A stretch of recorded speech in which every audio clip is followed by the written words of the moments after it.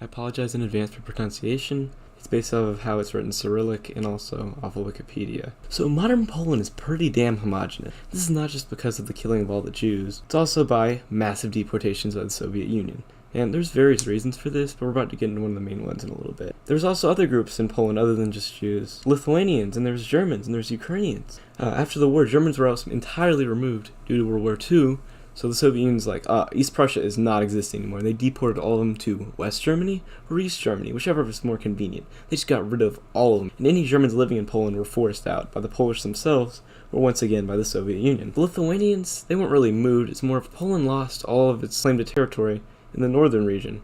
It used to be this wide expanse, and now it's just a compact shape.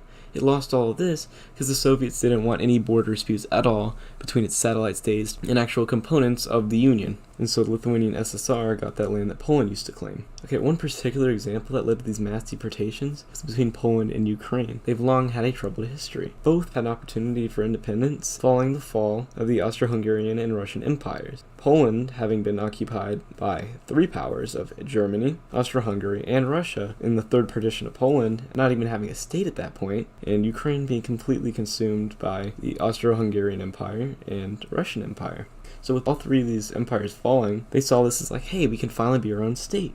And it was then that they immediately started having problems with each other. Ukraine established the West Ukrainian People's Republic. They claimed land that both Poland and Ukraine claimed due to historical ethnic ties to the region. Now before this, Poland had not been treating its Ukrainians that great. It had tried to forcibly assimilate them. The police were brutally abusing ethnically Ukrainian people.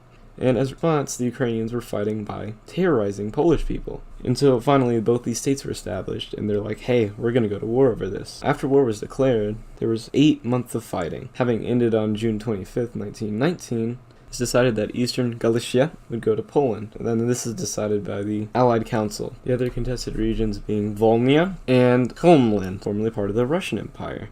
And with Eastern Galicia formerly being part of the Austro-Hungarian Empire. And this kind of ruined Ukraine's chance of establishing itself before it was later fully taken over by the Soviet Union. Starting in 1943 until later in 1945, people of Polish descent in Volhynia, Eastern Galicia, Police, and Lublin were massacred.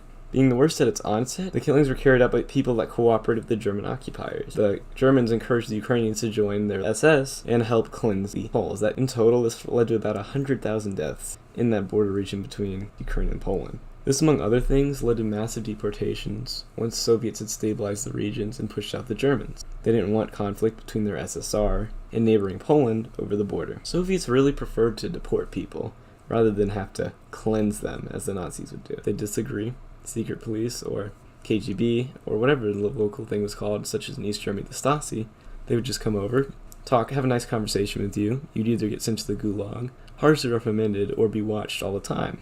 And because of this, anyone that was a problem was sent away. And also a lot of potentially problematic people, such as highly educated or those expressing radical ideas, were also sent away. So this prevented the establishment of any real nationalism and opposition to a Soviet state. This being a main reason for the horrific modern borders between Azerbaijan and Armenia, as well as Uzbekistan, Tajikistan, and Kyrgyzstan. A third factor is the Gulag's ability to create an incredibly cheap labor force that was easily replaceable, so there were always more people that the state wanted to get rid of. Satellite states of the Soviet Union really could not do that much against Moscow's ruling, but nonetheless had much greater autonomy than the SSRs, and were forced to fight one another in the event of rebellion, and thus from a single war and lengthy occupation by two powers, Poland's diversity and minorities disappeared.